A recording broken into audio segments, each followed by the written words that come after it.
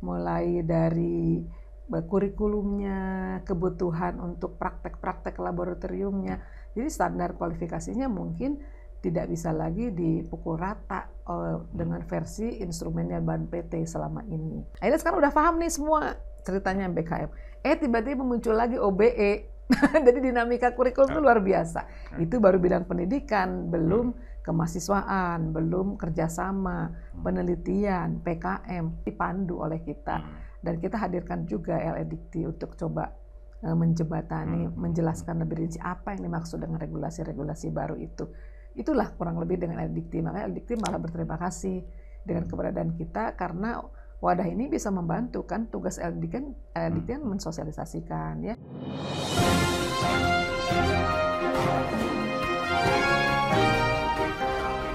Jumpa lagi di Ruang Publik bersama DDM. Saya mengundang Dr.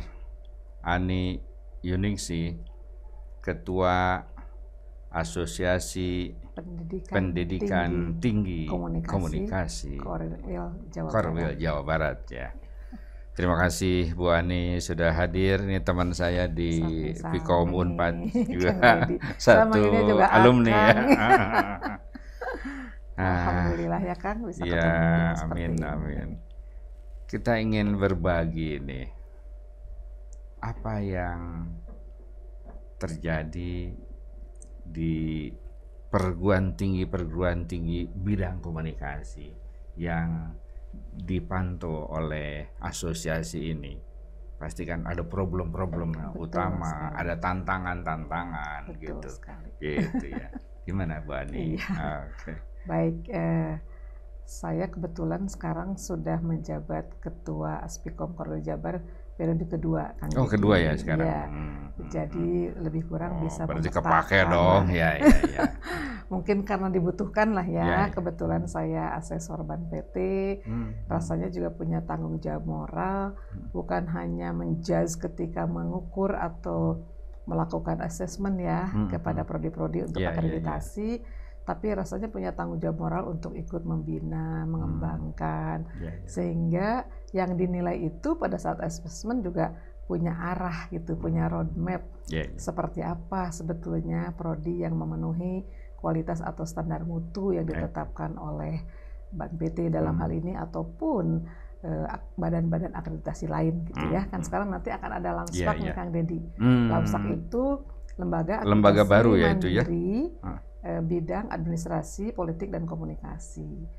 Kenapa? Karena nanti khusus untuk prodi kan akreditasi itu tidak lagi oleh BAN-PT, tetapi melalui lembaga akreditasi mandiri. Jadi BAN-PT itu bubar atau Tidak. Jadi berfungsi yang lain? BAN-PT itu tetap memayungi Lamspak, regulasinya tetap izinnya segala macamnya di bawah payungnya BAN-PT, tapi sekarang dianggap sudah dewasa mungkin ya prodi-prodi ilmu komunikasi, jadi bisa menyelenggarakan akreditasi secara mandiri melalui lembaga akreditasi mandiri atau LAM.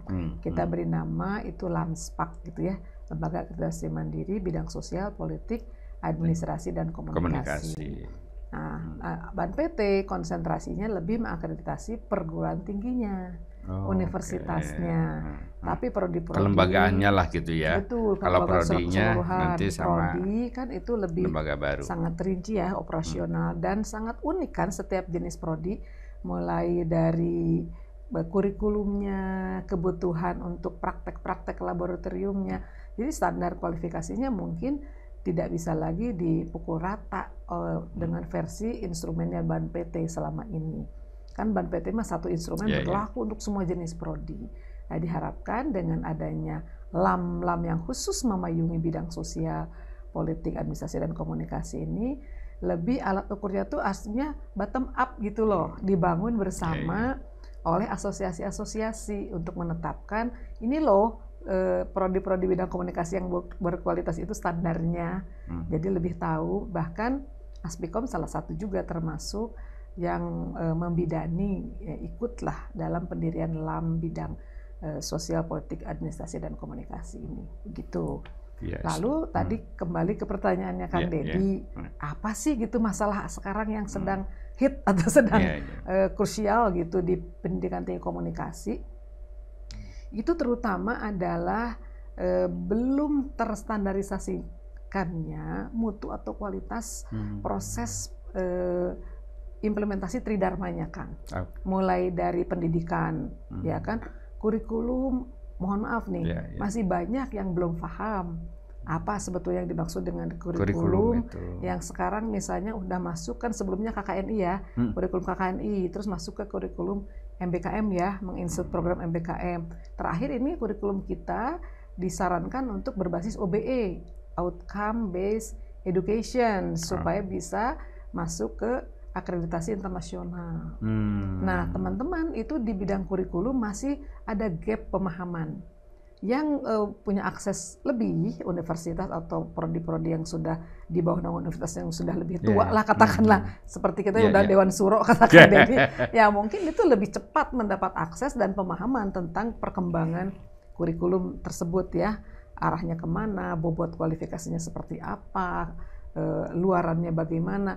Tetapi beberapa yang baru berdiri, katakanlah adik-adik kita ya, ada adik pangis bungsu, ada adik bungsu, itu masih terseok gitu dalam memahami. Jadi ada yang berdiri 2020, 2010, ada itu? Ada, bahkan 2023, 2024 ada yang baru berdiri. 2022 itu ketika tahu keberadaan Aspikom, mereka semangat sekali bergabung karena di sini kita belajar bareng. Untuk komunikasi belum moratorium atau tidak ada moratorium? Sebetulnya moratorium itu kalau di perguruan tinggi yang sama mungkin kayak Kang Deddy memberikan prodi baru. Tapi kalau dia perguruan tinggi baru bisa. Kelihatannya masih terbuka. Buktinya ada teman-teman yang baru berdiri belakangan nih disetujui kan oleh LLDikti ataupun oleh Dikti. Coba Bu Ani ceritain itu tadi soal perbedaan kurikulum yang lama dengan menengah dan yang baru itu apa? Karakteristik perbedaannya itu. Iya, sebetulnya sih Kang, namanya kurikulum itu harus mencerminkan perbedaan, justru diferensiasi atau positioning masing-masing prodi. Sehingga nanti prodinya di Stikom jurnalistik dengan prodinya di Unpad jurnalistik itu tetap mempunyai nilai sendiri ya, punya keunggulan sendiri. Itu sih sebetulnya.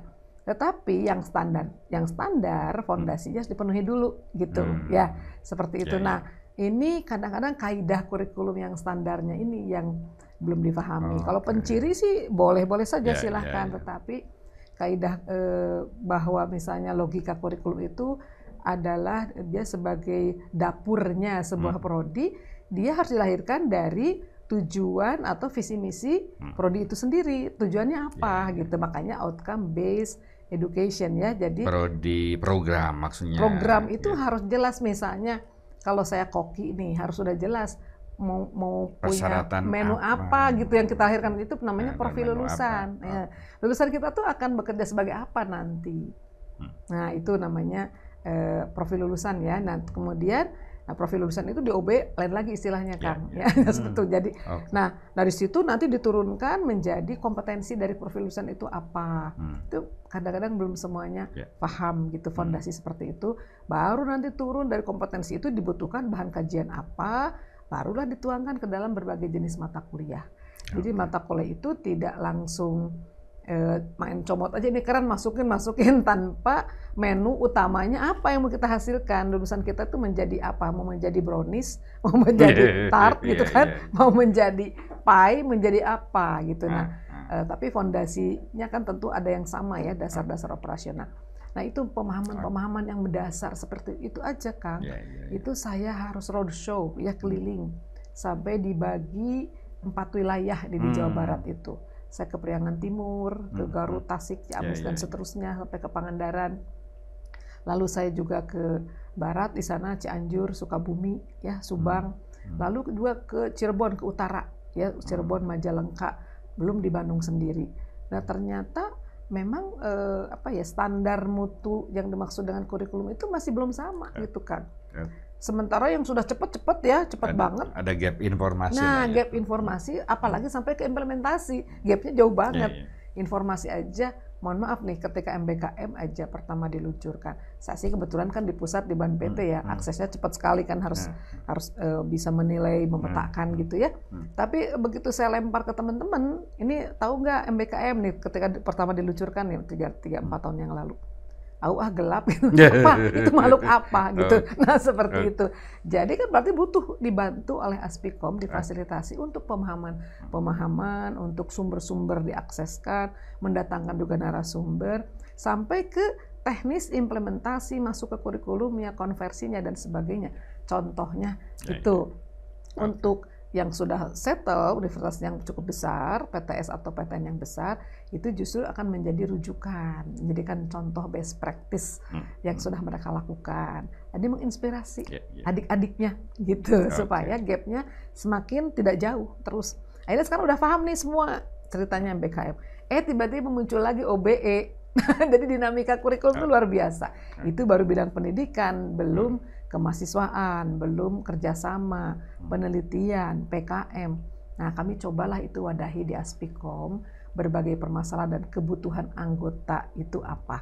Anggota kami itu bukan perorangan, Kang, tetapi prodi-prodi, lembaganya yang menjadi anggota, institusinya. Nah, dari kita coba, dari roadshow, dari berbagai brainstorming, itu ketemulah gitu peta-peta kebutuhan dari setiap anggota, lalu kita tuangkan ke dalam program-program Aspikom yang bisa mewadahi, memfasilitasi, ada sharing session.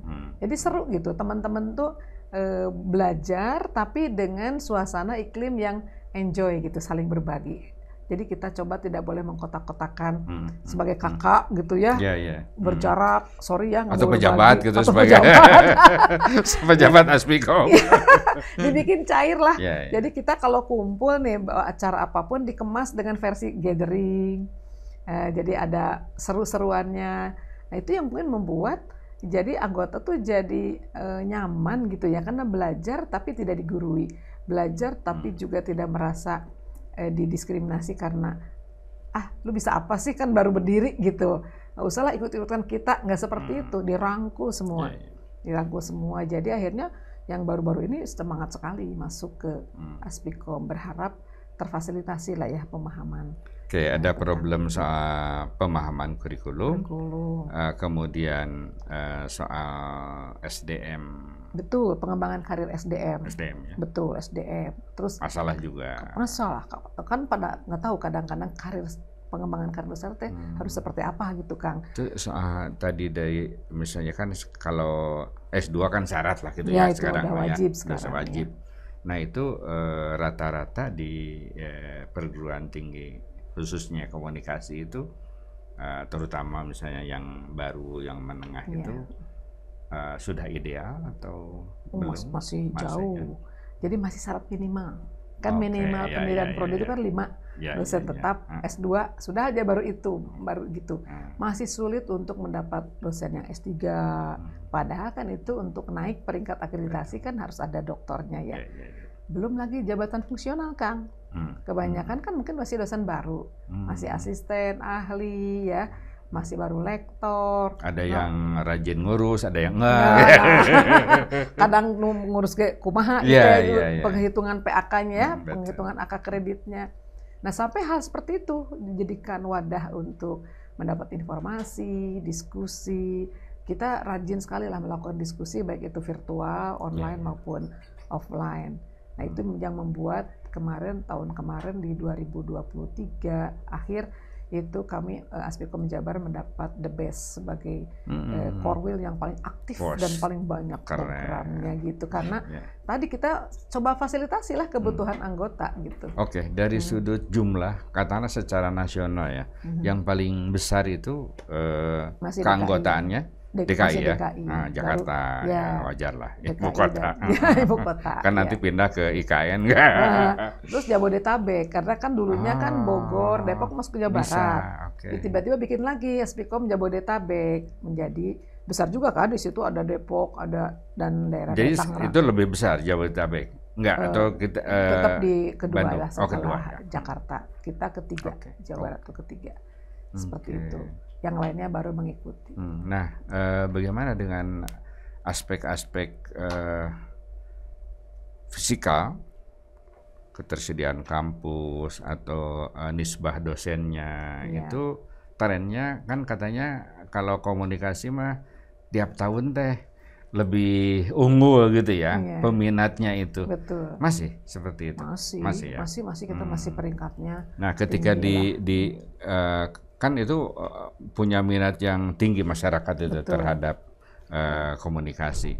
Nah, di level praktisnya apakah perguruan tinggi yang tersedia itu menerima secara proporsional mahasiswa itu, atau ada yang kurang, ada yang tidak merata sih? Tidak merata ya. Ternyata masyarakat juga ketika memilih masuk yang mana punya pertimbangan tersendiri. Yang jelas nomor satu pasti PTN lah, itu nggak bisa disangkal, pasti ke PTN dulu. Kalau PTS kan biasa pilihan kedua ya, kecuali ada sih beberapa mahasiswa yang sudah menjadikan PTS sebagai pilihan pertama ada, tapi kan persentasinya nggak besar. Yang menjadikan kita PTS pilihan pertama paling 5-10% lah Kang ya. Sisanya kan pilihan kedua setelah PTN. Jadi tentu saja yang masih membludak adalah di PTN, khusus di Jawa Barat adalah Unpad dan UIN ya sekarang sama UPI, tapi UPI masih kalah sama UIN ya. UIN melesat itu ya setelah Unpad gitu. Nah, baru berikutnya adalah PTS yang besar seperti Teliu, Unisba, Unpas. Ya, Unpas sekarang melesat juga. Padahal Unpas itu masih adiknya Unisba, prodi komunikasinya. Tapi melesat cepat mungkin karena punya SMA-nya juga ya, Pasundannya mungkin ya, atau beberapa faktor lain lah. Nah, baru yang lainnya ini yang baru-baru berdiri, mulai naik juga. Yang tadinya mungkin hanya 50 orang awal berdiri, udah mulai sekarang rata-rata 100-200 orang gitu. Udah naik. UBK aja, Universitas Bakti Kencana, yang baru berdiri sekitar 3-4 tahun yang lalu sudah mulai mencapai 200 mahasiswa barunya. Di mana tuh UBK? Di Soekarno-Hatta, Kang. Bakti Kencana. Dan itu saya arahkan untuk kurikulumnya, outcome-nya adalah ahli komunikasi kesehatan, karena dia kuat di kesehatannya. Kan di situ ada prodi kebidanan ya, kesehatan masyarakat dan seterusnya. Ya dia kan sumber-sumbernya udah banyak di situ SDM-nya. Jadi saya bilang sudah di sini tonjolkan komunikasi kesehatan, karena sekarang kan profesi komunikasi di bidang kesehatan sangat dibutuhkan, Kang. Rumah sakit sekarang udah tahu mereka perlu orang komunikasi ya, baik itu manajemen komunikasinya, PR-nya, media relation-nya dan sebagainya. Belum ada lagi lembaga kesehatan online, kan sekarang marak. Itu juga perlu orang-orang komunikasi. Mereka senang ketika diarahkan seperti itu oleh saya. Ini base-nya, tapi harus punya keunggulan gitu. Keunggulannya apa? Jadi udah masih ada sih gap antara PTN dengan PTS, tetapi PTS yang udah settle itu bisa hampir menyamai lah ya dari segi jumlah yang diterimanya. Tapi mungkin kalau pendaftar tetap masih jauh lebih tinggi ke PTN. Jadi yang muda-muda ini yang memang masih suka berkeluh kesah gitu kepada kami. Wajar lah. Itu mah wajar. Kumaha atuh ya, cobalah kita berbagi dari mulai sistemnya, dari mulai teknik-teknik berpromosi dan sebagainya. Begitu kan dari segi peminat ya. Oke, sekarang relasi Aspikom itu dengan L2 Dikti atau Dikti itu seperti apa? Oke. Kalau Jawa Barat, karena kita lingkupnya Jawa Barat, tentu nggak boleh melangkahi yang pusat ya kan. Jadi kita koordinasinya banyak dengan LL Dikti. Nah, jadi karena lewat situ kan kita jalurnya di Jawa Barat. Jadi setiap ada acara event penting, tentu kami mengundang Pak Kalem ya, Ketua Lembaga, dari dulu sejak Pak Umam dan sebelumnya Pak Pak Hakim Halim ya, sampai sekarang Pak Samsuri. Lalu ketika kami ada masalah-masalah yang didiskusikan, kita juga datang ya, coba audiensi konsultasi dengan LLDikti, nanti hasil disampaikan ke teman-teman, seperti itu aja memfasilitasinya. Kemarin juga waktu pelantikan juga pengurus baru dilantik, itu kita juga mengundang juga gitu dari LLDikti. Jadi LLDikti juga sudah paham tentang keberadaan Aspikom dan sangat support karena membantu kan, karena kita ikut mengedukasi, menyamakan persepsi atas berbagai regulasi terbaru. Seperti kemarin ada gejolak kan, ada Permendikbud yang baru ya, nomor 53 2023. Itu kan kalau teman-teman nggak paham, bingung, itu kan terkait akreditasi, terkait masa studi, terkait juga tracer study ya. Nah itu Ya, teman-teman kan ketika disodori itu memahami pekerjaan yang luar biasa juga itu ya. Nah, iya. Jadi memahami regulasi itu kan tidak semudah memahami artikel biasa, Kang. Itu harus dipandu oleh kita. Dan kita hadirkan juga LE Dikti untuk coba menjembatani, menjelaskan lebih rinci apa yang dimaksud dengan regulasi-regulasi baru itu. Itulah kurang lebih dengan LE Dikti. Makanya LE Dikti malah berterima kasih dengan keberadaan kita karena wadah ini bisa membantu kan, tugas LE Dikti kan mensosialisasikan ya, menyamakan persepsi, bahkan harus terjaga kan implementasi dari berbagai regulasi itu. Nah, dibantu oleh Aspikom tentu jadi erat kan hubungannya. Seperti itu. Yang pusat juga begitu hubungannya dengan Dikti di kementerian ya, di Dirjen Dikti.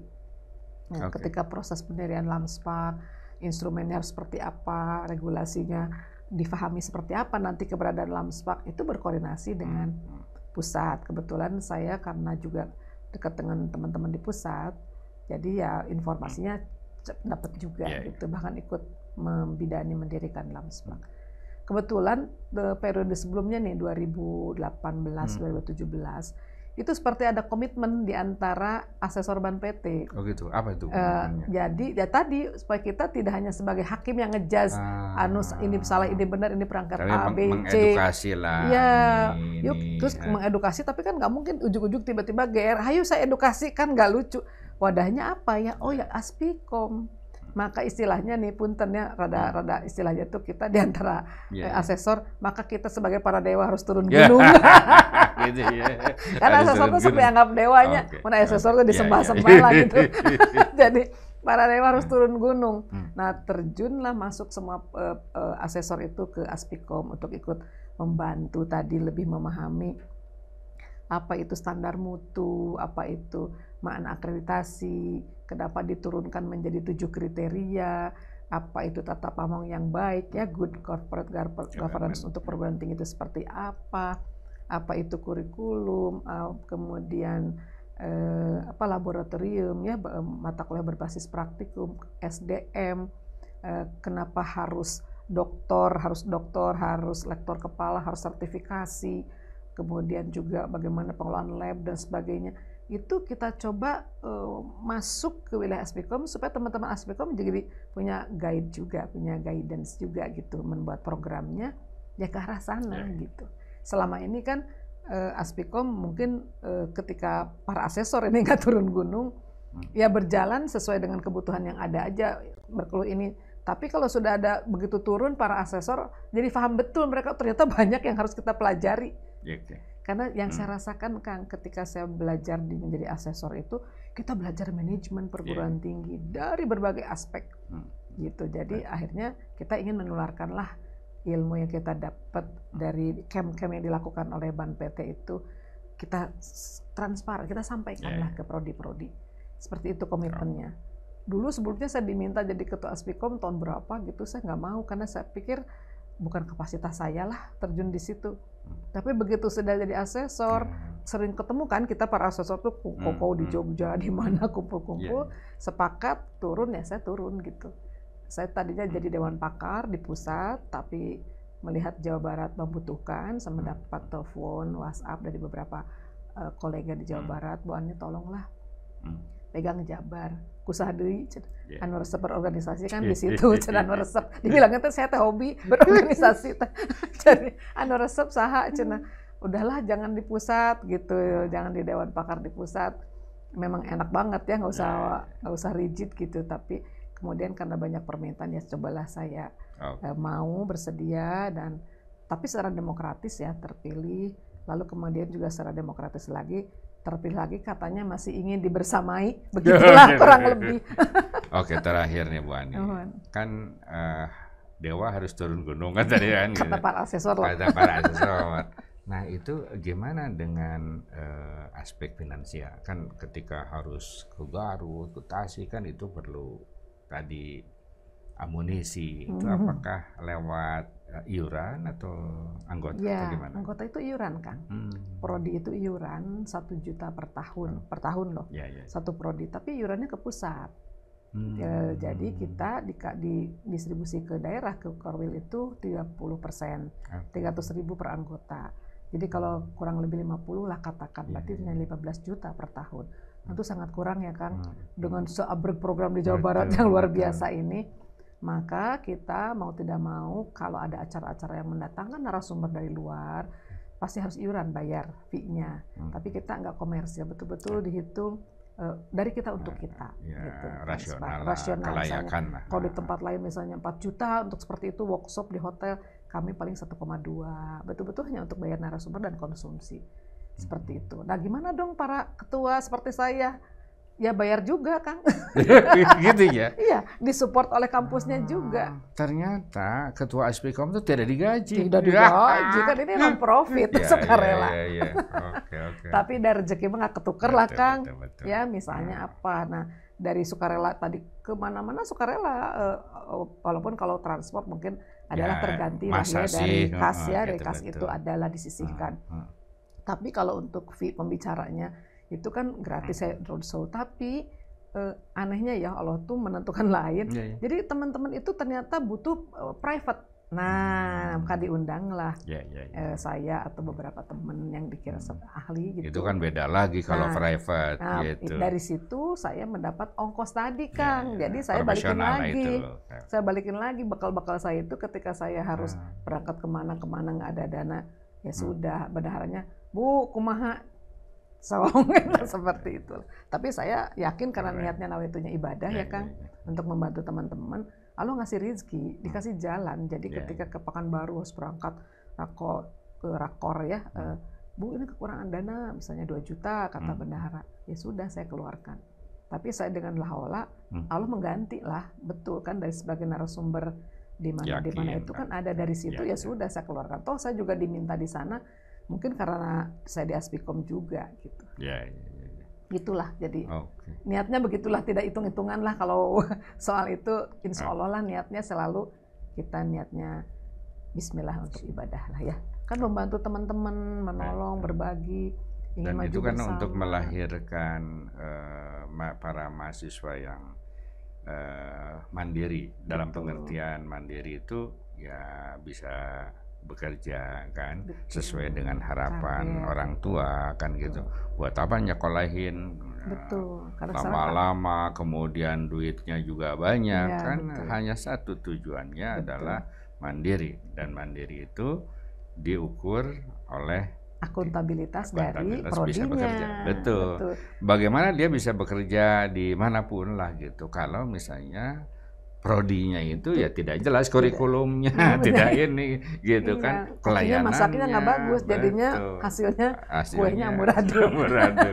Itulah kurang lebih begitulah arahnya. Outcome based education itu seperti itu kan, outcome-nya harus jelas, terukur. Kualitas kita melahirkan lulusannya di level mana gitu. Jadi semuanya harus serba terukur, kurang lebih itulah. Itulah bincang-bincang saya dengan Dr. Ani Yuning sih. Sebentar lagi Profesor, insya Allah. Sampai jumpa. Amin.